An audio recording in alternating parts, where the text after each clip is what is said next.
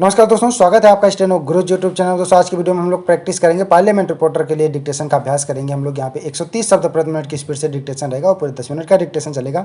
और दोस्तों आपके प्रैक्टिस के लिए हमने मंथली पत्रिका अपलोड कर दिया है। वीडियो के डिस्क्रिप्शन में लिंक मिल जाएगा, वहाँ से डाउनलोड कर सकते हैं। और वीडियो और पत्रिका के बारे में अपने बहुमूल्य सुझाव आप हमें ज़रूर देना ताकि हम और कुछ बेहतर कर सकें। दोस्तों हमने पेड ग्रुप भी स्टार्ट किया है, अगर आपको उसमें मेंबरशिप लेना है तो आप हमारे ज्वाइन बटन पर क्लिक करके मेंबरशिप ले सकते हैं, जिसमें आपको रेगुलर डिक्टेशन और आउटलाइनें दी जाएंगी। बाकी जानकारी के लिए आप हमें मेल भी कर सकते हैं। हमारी मेल आईडी है studyforstenographer@gmail.com। ज़्यादा समय ना ले तो चलिए शुरू करते हैं। Ready, 5 second, start. महोदय, आज इस समारोह में सम्मिलित होकर मुझे बड़ी प्रसन्नता हो रही है। जब से मैं आपके नगर में पहुंचा हूं, आपने जिस प्रेम और उत्साह के साथ मेरा स्वागत किया है, उसके लिए मैं आपको धन्यवाद देता हूं। मैं जानता हूं कि यह स्वागत किसी व्यक्ति विशेष के लिए नहीं, बल्कि यह देश की प्रति आपके प्रेम का प्रमाण है। भारतवर्ष जब से स्वतंत्र हुआ है, उसके सामने बड़ी बड़ी कठिनाइयाँ रही हैं, परंतु ईश्वर की दया से हम एक एक कठिनाई को हल करते गए हैं और आज कहा जा सकता है कि अब हमें प्रगति के लिए प्रशस्त मार्ग मिल गया है। यदि हम चाहें और देश के लिए आपस में मिलजुल कर साहस तथा उत्साह के साथ काम करें तो संसार में ऐसी कोई चीज़ नहीं है जो इस देश के लिए दुर्लभ हो।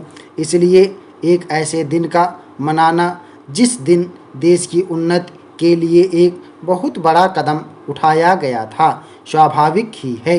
अंग्रेज़ों के साथ जिस समय स्वराज्य के लिए समझौता हुआ, उस समय उन्होंने और सब चीज़ों के साथ साथ एक काम और किया जिसका परिणाम कुछ भयंकर हो सकता था। जहां एक ओर अंग्रेजी राज्य सीधे तौर पर चलता था, वहां दूसरी ओर देसी नरेशों के अधीन 600 से अधिक रियासतें भी थीं।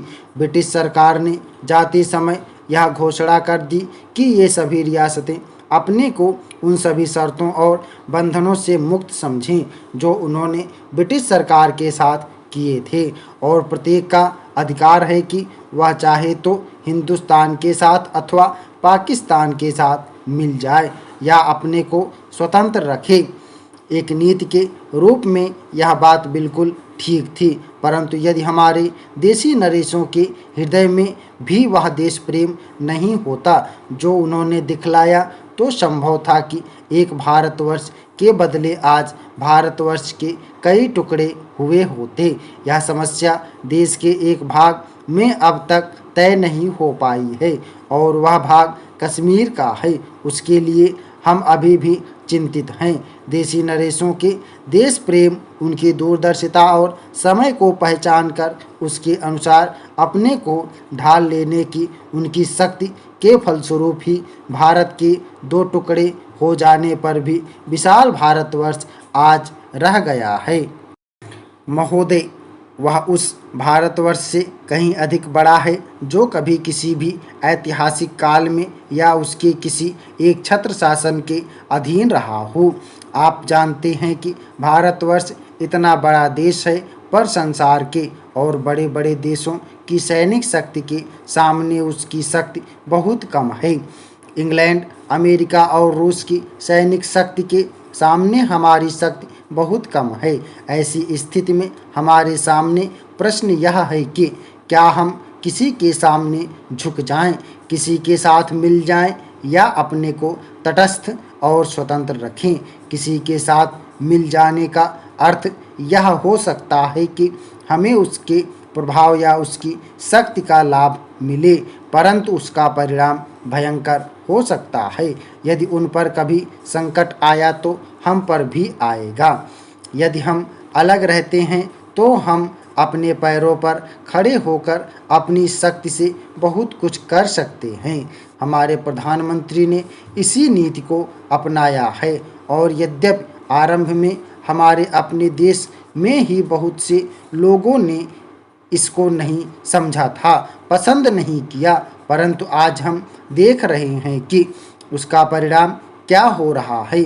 हमारे प्रधानमंत्री ने इस बात की घोषणा कर दी कि हम किसी भी दूसरे देश के साथ गठबंधन नहीं चाहते और हम स्वतंत्र रहकर अपना कामकाज अलग चलाएंगे। हमारे बहुतेरे लोगों ने यह समझा कि यदि हम किसी बलशाली देश से मिलें तो और कुछ नहीं तो कम से कम आर्थिक सहायता तो मिलेगी।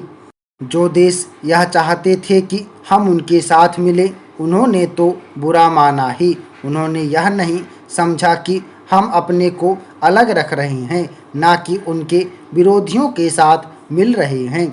जैसे जैसे समय बीतता गया, धीरे धीरे उन्होंने भी हमारी विदेशी नीति को समझा। आज संसार के लोग मानने लग गए हैं कि भारतवर्ष अपने दृष्टिकोण पर स्थित है। इतना ही नहीं बल्कि एक नए देश को जिसे स्वतंत्र हुए अभी 55 वर्ष ही हुए हैं, जो स्थान मिल सकता है उससे कहीं ऊंचा स्थान हमको मिल गया है और हमारा उत्तरदायित्व भी बढ़ गया है। मैं जानता हूँ कि इसी प्रकार यदि हम महात्मा गांधी के दूसरे सिद्धांतों को भी अपनाएं और उसके अनुसार आचरण करें तो इसका संसार पर बहुत प्रभाव पड़ेगा। महोदय, जैसा कि माननीय सदस्य जानते हैं, कल दूसरे सदन में इसी तरह की बहस थी। मुझे वहाँ कुछ देर बैठना पड़ा। इस कारण यहाँ जो भाषण हुए उन सब को मैं सुन नहीं सकी। मुझे सुनकर दुख है कि कुछ माननीय सदस्यों ने इस अवसर पर भी हमारे विदेश विभाग को बुरा भला कहा। सेवाओं पर दोषारोपण करके सरल रास्ता निकालने का प्रयत्न ऐसी प्रवृत्ति है जिसकी मैं निंदा करती हूँ। मैं यह नहीं कहती कि हमने गलतियाँ नहीं की हैं और हमारे सभी प्रतिनिधि हमेशा योग्य ही होते हैं।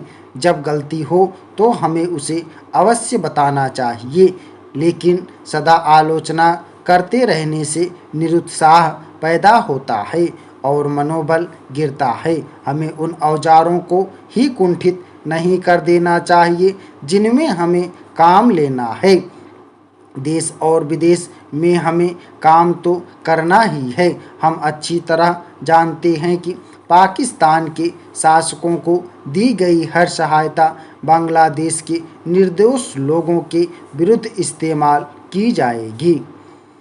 इस अवसर पर हमारे प्रतिनिधियों ने परिश्रम से बहुत अच्छा काम किया है। प्रस्तुत परिस्थितियों में वे जितने प्रभावी हो सकते थे हुए हैं।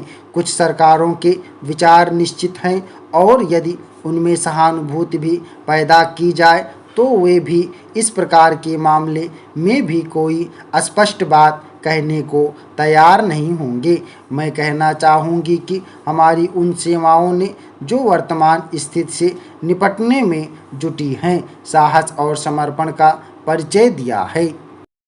यदि कुछ माननीय सदस्यों को गाली देकर और सरकार पर साहस, दिशा और यहाँ तक कि समझ की कमी का आरोप लगाकर कुछ संतोष मिलता है तो मैं उन्हें इससे वंचित नहीं करना चाहती। कुछ सदस्यों के लिए हिम्मत का अर्थ गले की ताकत और भावुकता की भाषा है।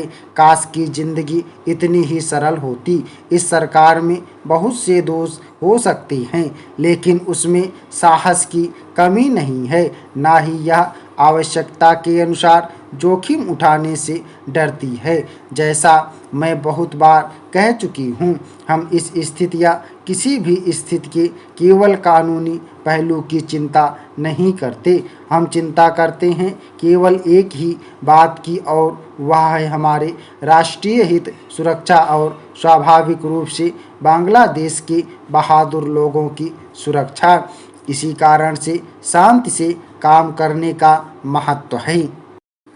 महोदय, इस समय भारतवर्ष के सामने बहुत प्रकार की जटिल समस्याएं हैं और यह ऐसा समय है जब सबसे यह अपेक्षा की जाती है कि आप सदा भारत की सुरक्षा और उसकी उन्नति के लिए कटिबद्ध होंगे। आपको मालूम ही है कि जब से यह प्रश्न हमारे सामने आया है कि भाषा के आधार पर देश के विभिन्न भागों का पुनर्गठन किया जाए, तब से देश में बहुत प्रकार के आंदोलन उठ खड़े हुए हैं। सरकार ने जनता की इच्छा और मांग को देखते हुए उसके लिए एक विशेष आयोग नियुक्त किया और यह आशा की जाती थी कि उसकी जो कुछ भी सिफारिशें होंगी वे उस सबको मान्य होंगी और आपस के मतभेद के लिए कोई स्थान ना होगा। इस संबंध में सरकार ने जो भी निर्णय किए उनमें से अधिकांश निर्णय सर्वसम्मति से ही हुए हैं। परंतु दुख की बात है कि एक दो स्थानों पर मतभेदों ने एक ऐसा रूप ले लिया जो देश के लिए वांछनीय नहीं हो सकता। दुर्भाग्यवश आपका यह क्षेत्र भी उन क्षेत्रों में से एक है। मुझे इस बात की बहुत प्रसन्नता है कि आपने भारत सरकार के साथ सदा सहयोग करने और हर प्रकार से उसके निर्णय को मानकर देश के सुगठित प्रशासन में हाथ बटाने का विश्वास दिलाया है। स्टॉप।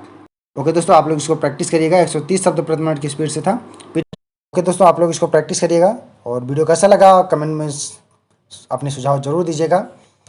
और अगर अभी तक आपने हमारे चैनल को सब्सक्राइब नहीं किया तो प्लीज़ सब्सक्राइब कर लें, साथ में नोटिफिकेशन बेल ऑन रखना जिससे इंपॉर्टेंट वीडियो आपसे मिस ना हो। तो मिलते हैं अगले वीडियो में नए डिक्टेशन के साथ। तब तक के लिए बाय। Thanks for watching. जय हिंद, जय भारत।